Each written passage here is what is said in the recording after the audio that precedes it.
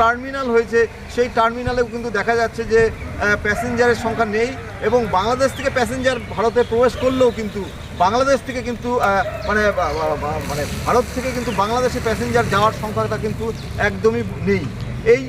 এই পরিস্থিতির মধ্যে যে হাজার হাজার কোটি টাকা কিন্তু একদম ক্ষতির মুখে ভারত এবং বাংলাদেশের যে অর্থনৈতিক ব্যবস্থা পুরোটাই কিন্তু ভেঙে পড়েছে, এবং এই পরিস্থিতি কবে স্বাভাবিক হবে কেউই জানে না।